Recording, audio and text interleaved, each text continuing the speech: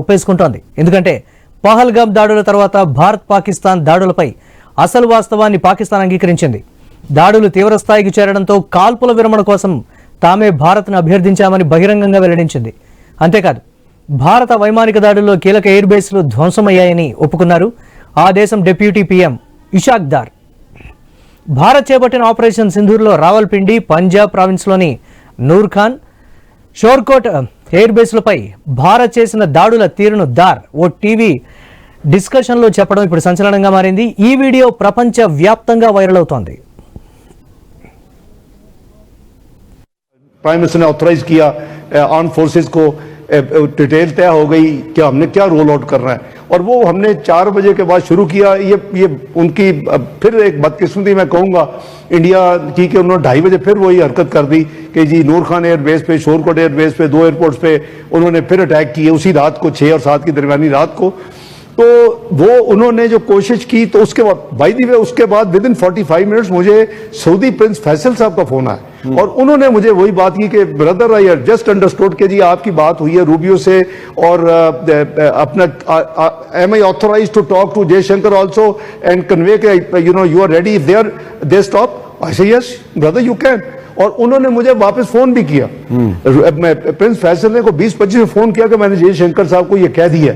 तो बात यह कि अगर कि उन्होंने अपना किरदार अदा किया है और वो क्रेडिट लेते हैं, 13 दफा ले ले, 130 दफा ले ले, हमें उसको वेलकम करना चाहिए. और మే 10వ తేదీన తెల్లవారుజామున 2:30 గంటల టైంలో భారత్ పాక్ పై దాడులకు దిగింది. షోర్కోట్, నూర్ఖాన్ ఎయిర్ బేస్లు పూర్తిగా ధ్వంసమయ్యాయి. ఇలాంటి సిచ్యువేషన్లో సౌదీ ప్రిన్స్ ఫైజల్ తనకు ఫోన్ చేశాడని దార్ వెల్లడించారు. అప్పటికే దార్ అమెరికా విదేశాంగ మంత్రి మార్కోతో జరిపిన చర్చలను ప్రిన్స్ ఫైజల్కు వివరించారు. అంతేకాదు భారత విదేశాంగ మంత్రి జయశంకర్తో మాట్లాడానని వెల్లడించారు. ఆ వెంటనే సీజ్ ఫైర్ అమల్లోకి వచ్చిందంటూ ఆ షోలో ఒప్పుకున్నారు. ఇంతకాలం ట్రంప్ నేనే భారత్ పాక్ యుద్ధాన్ని ఆపానంటూ చేసిన వ్యాఖ్యలు మరోమారు తుస్సుమన్నాయి. ఈ విషయంలో మరో దేశం ముందుకు రాలేదన్న ఆ విషయంపై క్లారిటీ ఇచ్చింది. ఆ తర్వాత ట్రంప్ కూడా నో నేనేమీ చేయలేదు, అందులో నా ప్రమేయం కూడా ఏమీ లేదంటూ వెనక్కు తగ్గారు. అయితే భారత్ చేపట్టిన ఆపరేషన్ సింధూర్తో పాక్ తీవ్రంగా నష్టపోతుందన్న విషయాన్ని తెలుసుకుని పాక్ కాల్పుల విరమణకు ముందుకు వచ్చిందన్న విషయం కూడా తెలుస్తోంది. భారత్ కొట్టిన దెబ్బకు పాకిస్తాన్ దారికొచ్చిందన్నది ఇప్పుడు నిజమేనని తేలుతోంది. అయితే ఇప్పటి వరకు ఈ కాల్పుల విరమణతో పరిస్థితులు అంతా ప్రశాంతంగా ఉన్నాయా? భవిష్యత్తులో ఎలా ఉండబోతోంది? బోర్డర్లో మళ్లీ టెన్షన్ పెరుగుతుందా? దాడులు మళ్లీ మొదలవుతాయా అన్న ప్రశ్నలు కూడా ఉన్నాయి. భారత్ మాత్రం పాక్ తోకజాడిస్తే కట్ చేసేందుకు రెడీగా ఉన్నామంటూ రక్షణ శాఖ మంత్రి రాజ్నాథ్ సింగ్ గట్టి వార్నింగ్ ఇచ్చారు. ఇక ముందు ఎలా ఉండబోతోంది? ఎలాంటి చర్చలకు అవకాశం ఉంది? రెండు దేశాలు పీఓకేను ఎలా పరిష్కరించుకుంటాయి అన్నదే ప్రధాన సమస్యగా ఉంది.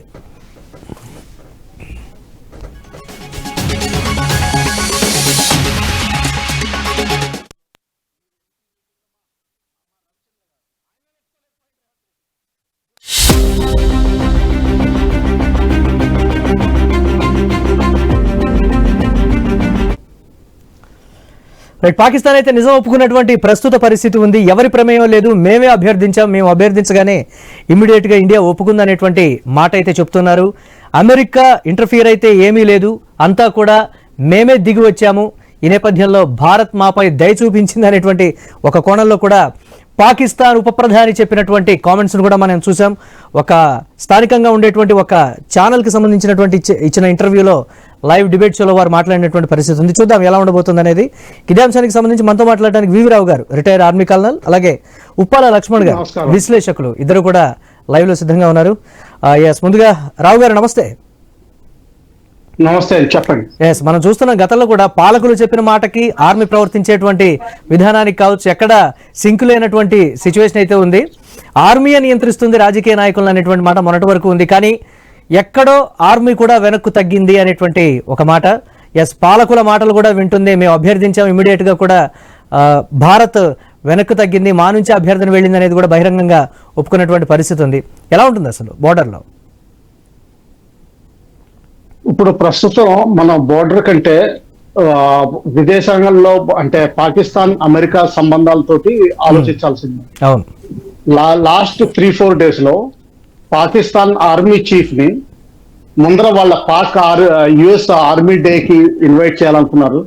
మరి ఎందుకు బెడిసికొట్టిందో దాన్ని డిక్లైన్ చేసి దానికి 2 రోజుల తర్వాత మీటింగ్ పెట్టడం జరిగింది. అవును. ఈ మీటింగ్ లో ఏం జరిగినాయి, డిస్కషన్స్ జరిగినాయి అన్నది ఇప్పుడు వరకు క్లియర్ గా తేలలేదు. కానీ పబ్లిక్ గా మాత్రం పాకిస్తాన్ అమెరికన్ ప్రెసిడెంట్ ని నోబెల్ పీస్ ప్రైజ్ గురించి నామినేట్ చేశారని తెలుస్తోంది. ఎందుకు నామినేట్ చేశారు? ఇండియా పాకిస్తాన్ మధ్యన న్యూక్లియర్ యుద్ధం జరిగే అవకాశాలు ఉండేవి మే నెలలో. వాటిని అమెరికన్ ప్రెసిడెంట్ చర్చల ద్వారా, మీడియేషన్ ద్వారా తగ్గించగలిగారు. అందువల్ల శాంతి వాతావరణం నెలకొంది అని చెప్పగలిగారు. ఈ విధంగా పబ్లిక్ చెప్తున్నారు. పబ్లిక్ చెప్పింది ఏంటంటే బహుశా ఇరాన్ మీద అమెరికా దాడి చేస్తే అమెరికన్ స్థావరాలను వాడుకునే అవకాశం ఉంది. అలాగే అమెరికన్ ఐఎస్ఐ ఏజెన్సీ, తర్వాత అమెరికన్ మొత్తం అంటే యంత్రాంగం అంతా వాడుకునే అవకాశం ఉంది. ఇంకా మూడోది అంటారా, అమెరికాలో ఇరాన్కి ఎంబసీ లేదు. వాళ్ళు పాకిస్తాన్ ఎంబసీని వాడుకుంటారు పార్ట్ టైం కింద. సో ఒకవేళ ఇరాన్కి అమెరికాకి ఏదైనా సరే ఒప్పందం జరగాలి, బ్యాక్ డోర్ డిస్కషన్ జరగాలంటే ఇందులో పాకిస్తాన్ ఎంబసీ సహాయం చాలా అవసరం. ఈ విధంగా కూడా పిలిచి ఉండొచ్చు. అయితే ఏమైందంటే పాకిస్తాన్ ఆర్మీ చీఫ్ ని పిలవడం ద్వారా పాకిస్తాన్ పొలిటికల్ ఎస్టాబ్లిష్మెంట్ మీద చాలా తీవ్రమైన దెబ్బ తగిలింది. పాకిస్తాన్ ప్రెసిడెంట్ మిస్టర్ 10% అంటారు ఆయన్ని, జర్దారీ గారిని. ఆయన పీపీపీ పార్టీ పొలిటికల్ ప్రెసిడెంట్. అలాగే ప్రస్తుతం ఉన్న ప్రైమ్ మినిస్టర్ షబాజ్ షరీఫ్, ఆయన బ్రదర్ నవాజ్ షరీఫ్ బదులు ఆయన రూల్లో ఉన్నారు. ఎందుకంటే ఆయన నవాజ్ షరీఫ్ గారి మీద కరప్షన్ కేసులు ఎక్కువ ఉన్నాయి. సో అందుకని చెప్పి షబాజ్ షరీఫ్ గారిని ఫ్రంట్ కింద పెట్టారు. వీళ్ళందరినీ కాదని పాకిస్తాన్ ఆర్మీ చీఫ్ ని పిలిచి డైరెక్ట్ గా మాట్లాడడం జరుగుతుంది. అంటే ఏంటంటే అమెరికా డైరెక్ట్ గా పాకిస్తాన్ ఆర్మీయే డిఫాక్టో రూలింగ్ అని చెప్తోంది. దీనికి కొన్ని రోజుల క్రితం ఒక వింత స్టేట్మెంట్ వచ్చింది. Pakistan army chief field marshal Asim Munir Pakistan political military power balance తోటి పాకిస్తాన్ ని ముందుకు తీసుకెళ్లాలని చెప్పారు. ఇటువంటి స్టేట్మెంట్ ఎప్పుడు పాకిస్తాన్ మిలిటరీ ఎస్టాబ్లిష్మెంట్ నుంచి ముందర రాలేదు. అంటే ఏంటంటే మనం గ్రహించాల్సింది ఏంటంటే లాస్ట్ 2 years లో ఎప్పుడైతే ఇమ్రాన్ ఖాన్ గారు గవర్నమెంట్ ని పడగొట్టడం జరిగి ఎలక్షన్స్ జరిపి ఫేక్ ఎలక్షన్స్ జరిపి పాకిస్తాన్ లో ప్రస్తుతం ఉన్న కోalition గవర్నమెంట్ పాకిస్తాన్ ఆర్మీ అండదండలతో నడుస్తుందో, మెజారిటీ వచ్చిన పాకిస్తాన్ తెహ్రీకే ఇన్సాఫ్ పార్టీని ఇండిపెండెంట్ క్యాండిడేట్స్ కింద లెక్కపెట్టి వాళ్ళని వాల్యూ లేకుండా చేసి వాళ్ళ లీడర్ ని జైల్లో పెట్టడం జరిగిందో, political establishment and military establishment మధ్యన జరుగుతున్న పెద్ద స్ట్రగుల్ ని బయటికి తీసుకొస్తుంది. ఎప్పుడైతే ఇంటర్నేషనల్ రికగ్నిషన్ ఫీల్డ్ మార్షల్ గారికి ఇవ్వడం జరిగిందో, ఇప్పుడు పొలిటికల్ ఎస్టాబ్లిష్మెంట్ కూడా తన సత్తా చూపించడానికి ఉంది. అందుకని చెప్పి డైరెక్ట్ గా ప్రైమ్ మినిస్టర్ కాకుండా, ప్రెసిడెంట్ కాకుండా వైస్ ప్రైమ్ మినిస్టర్ అంటే డిప్యూటీ ప్రైమ్ మినిస్టర్ ద్వారా ఈ స్టేట్మెంట్ ఇప్పించడం జరుగుతుంది అన్నట్టు అంచనా. చూద్దాం దానికి సంబంధించి ఎలా ఉండబోతుంది అనేది. రైట్, ఇక ఉప్పాల లక్ష్మణ్ గారు ఉన్నారు, వారితో కూడా మాట్లాడదాం. లక్ష్మణ్ గారు నమస్తే. నమస్తే. అమెరికా ఆహ్వానించినటువంటి తీరు కావచ్చు, లేకపోతే పాకిస్తాన్లో ఉన్నటువంటి రాజకీయ నాయకులు అంటే ఉప ప్రధాని ఒప్పుకున్నటువంటి తీరుకు సంబంధించి కూడా ఎవరి ఇన్వాల్వ్మెంట్ లేదు అనేటువంటి ఒక మాట.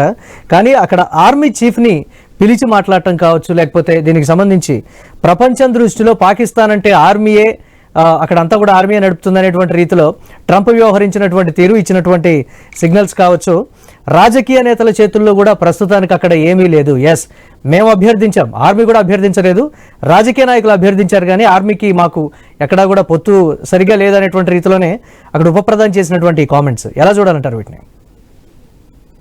అది ఓపెన్ సీక్రెట్. ఆర్మీ కంట్రోల్ చేస్తున్నది అన్నమాట ప్రతి అంశంలో. ఇప్పుడు మీరు గత ఎలక్షన్ లో కూడా ఫేక్ ఎలక్షన్స్ ఎలా జరిపారు, ఏం జరిగింది, వాళ్ళకు ఎవరు అనుకూలంగా ఉంటే వాళ్ళను అక్కడ పెట్టే విధంగా చేసుకోవటము, ఇవన్నీ కూడా ఆర్మీ కంట్రోల్లో ఉండబట్టే జరుగుతున్నది. ఇవాళ ఆర్మీ చీఫ్ మరి ఆ రోజు యుద్ధం ఆగిపోయినప్పుడు నా దేశం యొక్క ఆర్మీ, ఆ దేశం యొక్క ఆర్మీ మాట్లాడుకొని ఆ యుద్ధాన్ని ఆపామని మనం చెబుతూ ఉంటే ట్రంప్ ఇన్వాల్వ్ అయిపోయింది, నేను చెప్తే ఆగిపోయింది అని చెప్పాడు. చెప్పినప్పుడు ఆ రోజు ఆర్మీ చీఫ్ దాన్ని ఖండించలే. ఇది పాకిస్తాన్ ఆర్మీ చీఫ్ ఖండించలేదు. ఇవాళ ఆయన పిలిస్తే అక్కడికి వెళ్ళాడు. అంటే ఏవో అవసరాలు ఉన్నాయి వాళ్ళ మధ్య. ఇప్పుడు మరి ఒక టీవీకి ఇంటర్వ్యూ ఇస్తూ ఆ డిప్యూటీ ప్రైమ్ మినిస్టర్ ఉన్న విషయాలు చెప్పారు. దాడులు జరిగింది నిజమే, మేము నష్టపోయింది నిజమే, మేము భారతదేశం యొక్క మా ఆర్మీ చర్చించుకున్న తర్వాతనే యుద్ధాన్ని ఆపేసుకున్నాము అని చెప్పి ట్రంప్ వ్యవహారం ఏం లేదు. మళ్ళీ ఇప్పుడు ట్రంప్ మాట మార్చి లేదు వాళ్ళే మాట్లాడుకొని ఆపుకున్నారు, నా పాత్ర ఏం లేదని ఇప్పుడు చెప్తున్నారు. ముందేమో ఎన్కరేజ్ చేసుకోవాలని చూశాడు, నేను చెప్తే ఆగిపోయి. అసలు ఇవాళ మన భారతదేశము నువ్వు కంట్రోల్ చేసే పరిస్థితి ప్రపంచంలో ఏ దేశానికైనా ఉందంటే నేనైతే చెప్తుంది ఏ దేశానికి మనం కంట్రోల్ చేసే పరిస్థితి లేదు, హక్కు కూడా లేదు. మనం స్వతంత్రంగా జీవిస్తున్నాము, స్వతంత్రంగా ఎదిగాము. ఇవాళ ఎకానమీలో కూడా 3rd place లోకి వెళ్ళిపోయాము, 4th place లో 3rd place కు వెళ్ళే పరిస్థితిలో ఉన్నాము. ఇక్కడ ఎగుమతులు దిగుమతుల్లో కానీ స్వదేశీ దేశంలో ఉత్పత్తులు కానీ పెంచుకున్నాము. అన్ని జరుగుతున్నాయి, పొగుడుతున్నాయి ప్రపంచ దేశాలన్నీ కూడా భారతదేశము అభివృద్ధిని చూసి. మనం ఒకరు చెప్తే వినాల్సినంత అవసరం ఏముంది? అలాంటి పరిస్థితులు మనం లేవు. కాకపోతే ఏంటంటే మన దేశంలో కూడా ఈ ప్రతిపక్ష పార్టీలు అనవసరంగా నిందలు వేయడము, అనవసరంగా క్వశ్చన్లు వేయడము, ఇదెందుకు జరిగింది, అదెందుకు జరిగింది, ఎన్ని మిషన్స్ పోయాయి, ఎన్ని విమానాలు పడిపోయాయి మనవి, ఎవరైనా అడుగుతారంటే ఎట్లా? మన దేశాన్ని మనం కించపరచు విధంగా అవమానపరుచుకునే విధంగా మాట్లాడచ్చా అంటే మాట్లాడుతున్నాం. దాని అవకాశం తీసుకుంటారు వాళ్ళు. ఇప్పుడు ఇవాళ అమెరికా అన్నిట్లో ఇంటర్ఫీర్ అయిపోయి మేము మా ఆధిపత్యం ఏదైతే ఉందో అది ఆమోదించాలి మీరు అనే పద్ధతిలో కొనసాగుతూ ఉన్నది. మనం దాన్ని ఆమోదించడం లేదు. మరి ఇవాళ ఎందుకు అక్కడ యుద్ధం అక్కడ జరుగుతున్నటువంటి పరిస్థితుల్లో ఇరాన్ హెచ్చరిస్తుంది, ఇజ్రాయెల్ సపోర్ట్ చేస్తుంది, మళ్ళీ ఇక్కడేమో పాకిస్తాన్ ఇరాన్ సమర్థిస్తుంది. ఇక్కడ ఈ గందరగోళం అంతా ఎలా ఉందంటే పొలిటికల్ వాళ్ళ బెనిఫిట్స్. ఇప్పుడు మనం గత డిస్కషన్ కూడా అనుకున్నాం, ఇవాళ ఎందుకు అమెరికా ఏం మారుతున్నది అంటే ప్రత్యేకించి ట్రంప్. ఆ ట్రంప్ ఎందుకు ఏం ఆడతాడు? ఆయన పెద్ద బిజినెస్ మ్యాన్, ఆయన బిజినెస్ నుంచి వచ్చినటువంటి రాజకీయ. ఇక్కడ కోకొల్లలుగా ఈ యొక్క మైనింగ్ ఇరాన్ లో ఉంది. వాళ్ళని మా కంట్రోల్ దగ్గర అంటున్నాడు. అంటే ఆయన అంతర్గతంగా ఆ మైనింగ్ మీద కన్ను పడింది అనేది. అంటే ట్రంప్ భారత్ ను చూసేటువంటి కోణం మీద ఆధారపడుతుంది. పాకిస్తాన్ విషయంలో ఏ విధంగా వ్యవహరిస్తున్నారో దాని ఎఫెక్ట్ అనేది భారత్ బిహేవ్ చేసేటువంటి విధానం మీద కూడా కొంచెం ఎఫెక్ట్ చూపిస్తుంది అనేటువంటి మాట అయితే చెప్తున్నారు. చూద్దాం ఎలా ఉండబోతుంది ఏంటి అనేది. ఎస్ మాట్లాడదాం ఒకసారి. ఎస్ రావు గారు, సో దీనికి సంబంధించి ఆర్మీ ప్రవర్తించేటువంటి విధానం కావచ్చు, లేకపోతే ఇతరత్ర పరిణామాలన్నీ కూడా క్లియర్ కట్గా మనకు అర్థమవుతున్నటువంటి పరిస్థితి. అసలు పాకిస్తాన్ రాజకీయాల్లో చోటు చేసుకోబోతున్నటువంటి పెనుమార్పులు అంటే ఇస్తున్నటువంటి సంకేతం, ట్రంప్ ఇస్తున్నటువంటి సంకేతం కూడా ప్రపంచానికి రాబోయే రోజుల్లో గతంలో ఏదైతే మిలిటరీ పరిపాలనలో దేశం ఉందో, అంటే ఇప్పుడు కూడా అనధికారికంగా ఉంది కానీ రాబోయే రోజుల్లో అధికారికంగా ఉండబోతుంది అనేటువంటి సంకేతాలు ఇచ్చినట్లుగా మనం భావించవచ్చు అంటారా? అసలే ఆయన్ని ఫీల్డ్ మార్షల్ కింద ప్రమోట్ చేశారు. అంటే ఆయన డిఫాక్టో రూలర్ కింద ఇంకా స్టేచర్ పెరిగింది. తర్వాత ఇంకోటి ఏంటంటే ఒకవేళ సివిలియన్ గవర్నమెంట్ ని తీసివేయాల్సిన అవసరం వస్తే ఇప్పుడు ఫీల్డ్ మార్షల్ మునీర్ గారికి చాలా అడ్వాంటేజెస్ ఉంది. ఎందుకంటే డిఫాక్టో ప్రెసిడెంట్ ఆయనే సొంతానికి డిక్లేర్ చేసుకుంటారు. ఇది కూడా అయ్యే అవకాశం ఉంది అంటే ఫ్యూచర్. ప్రజల్లో ఉన్నటువంటి వ్యతిరేకత, ప్రజల్లో ఉన్నటువంటి వ్యతిరేకత, వాళ్ళలో వచ్చినటువంటి అవేర్నెస్ పక్క దేశాలతో పోల్చుకుంటే డెవలప్మెంట్ విషయంలో కూడా మనం వెనకబడిపోయేటువంటి ఒక తీవ్ర వ్యతిరేకత అయితే వాళ్ళలో ఉందనేటువంటి మాట ఇప్పుడు పాకిస్తాన్ ఉప ప్రధాని చెప్పినటువంటి దానికి సంబంధించి కూడా మనం చూసారంతా క్లియర్ కట్ గా తెలిసిపోతుంది. ఒక కాన్ఫిడెన్స్ తోనే ఆ స్టేట్మెంట్ ఇచ్చారు అనేటువంటి మాట, ఎక్కడ భయపడినటువంటి ప్రస్తుత పరిస్థితి కదా, అలా చూడకూడదంటారు? ఎస్, అలా చూడాలి. Public awareness deputy prime minister speech ద్వారా బయటకు వస్తుంది. అంటే ప్రజలందరూ నమ్ముతున్నారు ఇప్పుడు. అంటే చాలా తేటతెల్లంగా ముందర నమ్మపోయినా కానీ ఇప్పుడు వాళ్ళకి తెలిసి వచ్చింది. ఇండియా పాకిస్తాన్ మొన్న నెల 10 రోజుల క్రితం జరిగిన ఇన్సిడెంట్స్ లో చాలా పాకిస్తాన్ చాలా దెబ్బతినడం జరిగింది. అమెరికా సహాయం తీసుకుని సీజ్ ఫైర్ కోసం వచ్చారు. అయితే ఈ ఇండియా మాత్రం వాటర్ రెగ్యులేషన్ మాత్రం టైట్ చేసేసింది.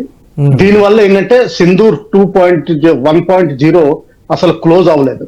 ఎప్పుడు 2.0 మొదలవుతుంది అన్నది ఇండియా ఇష్ట ప్రకారమే ఉంటుంది, లేకపోతే పాకిస్తాన్ చర్యల ప్రకారం ఉంటుంది. అయితే ఏంటంటే ఇప్పుడు ఒకటి గమనించాల్సిన విషయం, ఈ పొలిటీషియన్స్ అందరూ కలిపి కొంత పబ్లిక్ ఒపీనియన్ జనరేట్ చేయాలని చూస్తున్నారు. ఆర్మీ అంత పవర్ఫుల్ కాదు, చాలా దెబ్బతిన్నారు, మనకి నిజంగా అవసరం లేదు, పొలిటికల్ గా వెళ్తేనే మంచిది అన్నట్టుగా కూడా కొంచెం పబ్లిక్ ఒపీనియన్ మెల్లగా బిల్డప్ చేస్తున్నట్టు అనుమానం వస్తుంది. ఎందుకంటే మునీర్ గారి స్టేచర్ ని డౌన్ చేయడం వాళ్ళ ఉద్దేశం. చెప్పండి. ఎస్, రైట్, మాట్లాడదాం. ఎస్, లక్ష్మణ్ గారు, ఇప్పటికీ కూడా ఉగ్రవాదుల చేతుల్లోనే పాక్ ఆర్మీ నడుస్తోంది. వాళ్ళ కన్సర్న్లు అంటే అఫీషియల్ గా కూడా వాళ్ళతో వాళ్ళ అంత్యక్రియల్లో కావచ్చు, లేకపోతే ఇతరత్ర పబ్లిక్ మీటింగ్స్ లో కూడా బాహాటంగా బయటకు వచ్చి ఉగ్రవాదులు మాట్లాడుతున్నటువంటి తీరు, ఒక కాన్ఫిడెన్స్ అయితే బిల్డ్ అవుతుంది అనేటువంటి ఒక మాట. కానీ ప్రజల నుంచి కావచ్చు, లేకపోతే పొలిటికల్ లీడర్స్ బయటకు వచ్చి గతంలో ఎప్పుడు కూడా ఈ విధంగా మాట్లాడలేదు. మా దేశంలో ఇలా జరుగుతోంది, పక్క దేశం సరిగ్గా ఉంది, మేమే ఇలా తప్పు చేశామనేటువంటి మాట, మేమే దిగజారిపోయి అభ్యర్థించామని బహిరంగంగా బయటకు వచ్చి చెప్పినటువంటి పాలకులు అయితే గతంలో పాకిస్తాన్లో లేనటువంటి పరిస్థితి. మెల్లమెల్లగా పరిస్థితి అంతా కూడా మారుతోంది. శాంతి వైపు వెళ్ళాలని అనుకుంటున్నప్పటికీ కూడా ఆర్మీ వెళ్ళనివ్వట్లేదు అనేటువంటి మాట ఉప ప్రధాని కామెంట్స్ లో క్లియర్ కట్ గా కనిపిస్తోంది. ఆ కోణంలో చూడొచ్చంటారా? ఖచ్చితంగా అక్కడ ప్రజా వ్యతిరేకత చూస్తున్నది ఇవాళ ప్రజలు. అంటే మనకు చాలా వీడియోలు రావడం లేదు కానీ కొన్ని వీడియోలు నేను చూశాను. యుద్ధం వద్దనే వద్దు, శాంతియుక్తంగా ఉండాలి అనేటువంటి ప్రదర్శనలు జరుగుతున్నాయి ఇక్కడ. వాటిని తొక్కిపెడుతున్నారు ఆ ప్రజా వ్యతిరేకత. ఆ ప్రజా వ్యతిరేకతను దృష్టిలో పెట్టుకొని ఆయన డిప్యూటీ ప్రైమ్ మినిస్టర్ ఆ విధంగా మాట్లాడాడు. ప్రజలకు అనుకూలంగా మాట్లాడకపోతే ఇంకా వ్యతిరేకత పెరుగుతుంది, ఇంకా ఉద్యమం వస్తుంది అని. బెలూచిస్తాన్ సమస్య ఎదుర్కొంటున్నారు, మళ్ళీ అక్కడ ప్రజల వ్యతిరేకత అన్ని తోడైపోతే ఎంత సైనిక పాలన ఉన్నంత మాత్రాన ప్రజలందరూ చంపేస్తారా? చంపేయలేరు కదా, అంత ఈజీ కాదు కదా. అలాగే టెర్రరిస్టుల మాటలు నమ్మి యుద్ధాలకు సన్నద్ధమై చేసేది ఏముంది? ఇవాళ టెర్రరిస్టులు కూడా అక్కడ ఎంత పర్సెంటేజ్ ఉన్నారు? మన జరిగిన దాడిలో చాలా ముఖ్య నేతలందరూ చనిపోయారు, పడ్డారు. అయినా కూడా కొంతమంది అక్కడ మతమౌఢ్యులు ఎవరైతే ఉన్నారో వాళ్ళు బహిరంగ సభల్లో మాట్లాడారు, ఇండియా అంత చూస్తాము అది ఇది అని చెప్పి. ఆ టెర్రరిస్టులు రోడ్ల మీదకి వచ్చి మాట్లాడింది కూడా వీడియోలు మనం చూసాము.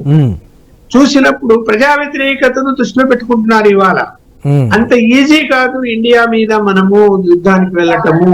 వెళితే ఇక్కడ భయంకరమైన ప్రాణ నష్టం జరుగుతుంది, ఆస్తి నష్టం జరుగుతుంది, పాకిస్తాన్ ఎకానమీ కుప్పకూలిపోతుంది అని చెప్పి వాళ్ళు భయపడుతున్నమాట వాస్తవం. అది చెప్పరు, లేకపోతే గంభీర వహిస్తారు. ఆయన అమెరికా పిలిచాడు ట్రంప్ అని చెప్పి ఈ సైనిక అధికారి అక్కడికి పోతాడు. పోయేటువంటి వాతావరణం ఉందా? లేదు. పోయాడు, పోయి చేసేది ఏముంది ఇక్కడ? ఆయన పిలవడము తప్పు, ఈయన వెళ్ళడము రెండు తప్పే. నువ్వు ఏదైనా పొలిటికల్ అంటే ఇప్పుడు మన ప్రైమ్ మినిస్టర్ గారిని పిలిచారు, అయ్యా బాబు నాకు ఒరిస్సా కంటే ముఖ్యమైనది కాదు నీ ప్రయాణము, నేను ఇక్కడ నా ప్రోగ్రాం ఉంది, ఇది చూసుకోవాలి, నేను రాను పో అన్నాడు. ఇది రాజకీయమైనటువంటి అంశాలు ఇవన్నీ కూడా రాజకీయ పరంగా ఉంటుంది. సైన్యాధికారిని పిలుస్తుంది, ఆయన వెళ్ళడం, ఆయన ముందు ఇవ్వడము, ఇది రాంగ్ సిగ్నల్ పోయింది ప్రపంచ దేశాల్లో కూడా. ఇప్పుడు మన సైనికులను పిలిచాడు ఏమన్నా? అవును. పిలవచ్చు అసలు? ఇప్పుడు ప్రభుత్వ పరిపాలన అంటే సైనికులదే, పరిపాలకులదే, ప్రజాస్వామ్యంగా ఓట్లేసి గెలిచినటువంటి నాయకుల చేతుల్లో ప్రభుత్వం ఉంటుందా, సైనికుల చేతుల్లో ప్రభుత్వం ఉంటుందా? అంటే వాళ్ళు ఒప్పుకుంటున్నారు సైనికుల చేతుల్లోనే ప్రభుత్వం ఉంది ఎక్కడ అని. ఆ సైనికులు ఎవరి చేతుల్లో ఉన్నారంటే టెర్రరిస్ట్ చేతుల్లో ఉన్నారు. మరి ఎవరు హర్షిస్తారు దీన్ని, ఆ విధానాన్ని? ఏ ప్రపంచ దేశాలు అంటే పాకిస్తాన్ లో కూడా ఒక పొలిటికల్ అవేర్నెస్ క్రియేట్ అవుతుంది అనేది నమ్మచ్చంటారా? ఉప ప్రధాని కామెంట్స్ బట్టి చూస్తే ఎస్ మేము ధైర్యంగా ఉన్నామని. ఇక్కడ మనకు వాళ్ళు అనేక విధాలుగా బ్యాన్ చేసి ఉన్నారు కాబట్టి అక్కడ వ్యతిరేకత సంబంధించినటువంటి అన్ని వీడియోలు సోషల్ మీడియా మనకు రావటం లేదు. అక్కడ వ్యతిరేకత నడుస్తున్నది. ఆ వ్యతిరేకతను దృష్టిలో పెట్టుకొని ఆయన మాట్లాడారని నేనైతే అనుకుంటున్నాను. ఉప ప్రధానమంత్రి ఉన్న విషయాలు వాస్తవాలు ఒప్పుకున్నాడు. అంటే రాజకీయ నాయకులను కూడా అణచివేసేటువంటి ధోరణి ఉంటుంది కదా పాకిస్తాన్ లో. ఇంత బాహటంగా బయటకు వచ్చి మాట్లాడినంత మాత్రం ఎక్కడ కూడా ఇప్పుడు ఆ నిర్ణయం తీసుకుంటే అణచివేత ధోరణి బలిపిస్తాను వాళ్ళ కంటి కనబడుతున్నది. అందువలన ఇప్పుడు అణచివేత ధోరణికి పాల్పడే అవకాశాలు తక్కువ ఉన్నాయి. అంటే పాకిస్తాన్ లో ఉన్నటువంటి ప్రజలు కావచ్చు, పొలిటికల్ లీడర్స్ కావచ్చు, భారత్ ని శత్రువుగా చూడట్లేదు కానీ ఒక పక్క దేశంగా మాత్రమే చూస్తున్నారు కానీ ఆర్మీ మాత్రమే ఆ విధంగా చూస్తుందనేది ప్రొజెక్ట్ చేసినట్టేనాది? అంటే ఆర్మీ మొదటి నుంచి అదే జరుగుతున్నది. ఇప్పుడు అక్కడ సామాన్య పౌరులు ఎవరైనా ప్రశ్నించండి, వాళ్ళని వ్యతిరేకించాల్సిన అవసరం ఏముంది? అవును. నేను మళ్ళీ ఒక మాట వాడి మతమోఢ్యులు ఉంటారు, భారతదేశంలో కూడా ఉన్నారు అట్లా మాట్లాడే వాళ్ళు, పాకిస్తాన్ సమర్థించే వాళ్ళు కూడా ఇక్కడ ఉన్నారు. అలాగే అక్కడ ఉంటారు. వాళ్ళు ఎంత పర్సెంటేజ్ ఉంటారు, వాళ్ళ శాతం ఎంత, వాళ్ళ స్థాయి ఎంత, కొంచెం అరుస్తుంది తప్ప వాళ్ళు చేసేది ఏంటి, వాళ్ళు సాధించేది ఏంటి?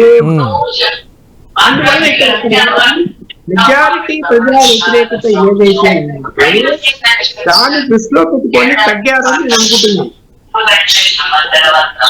అవును, రైట్. థ్యాంక్ యూ లక్ష్మణ్ గారు అండ్ వివి రావు గారు డిబేట్ లో పార్టిసిపేట్ చేసినందుకు. ఇవి ఇప్పటి వరకు ఉన్నటువంటి updates. Keep watching I news.